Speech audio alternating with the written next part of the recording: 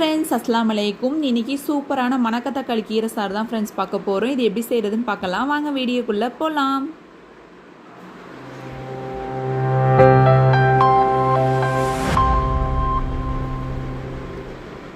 இதுக்கு தேவையான பொருட்கள் கீரை, தேங்காய் பால், வெந்தயம், சோம்பு, காஞ்ச மிளகாய், தேவையான அளவு வெங்காயம் எடுத்துக்கோங்க. ஃபஸ்ட்டு ஒரு கடாயில் கொஞ்சமாக ஆயில் விட்டுக்கோங்க ஃப்ரெண்ட்ஸ். ரொம்ப அதிகமாக ஊற்றிடாதீங்க.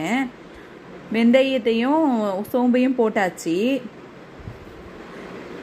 கொஞ்சம் நல்லா பொரியட்டும். ஒரு பிஞ்ச் அளவு மட்டும் போட்டுக்கோங்க. அப்புறம் வெங்காயம் ஆட் பண்ணிக்கோங்க. தேவையான அளவு உப்பு போட்டுக்கோங்க.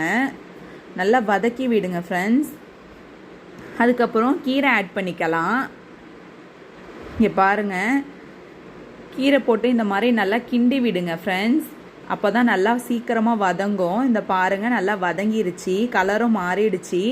கொஞ்சோண்டு தண்ணி ஊற்றிக்கோங்க. ஏன்னா வேகிற அளவு தண்ணி ஊற்றிக்கோங்க. அப்புறம் மூடி வச்சுருங்க.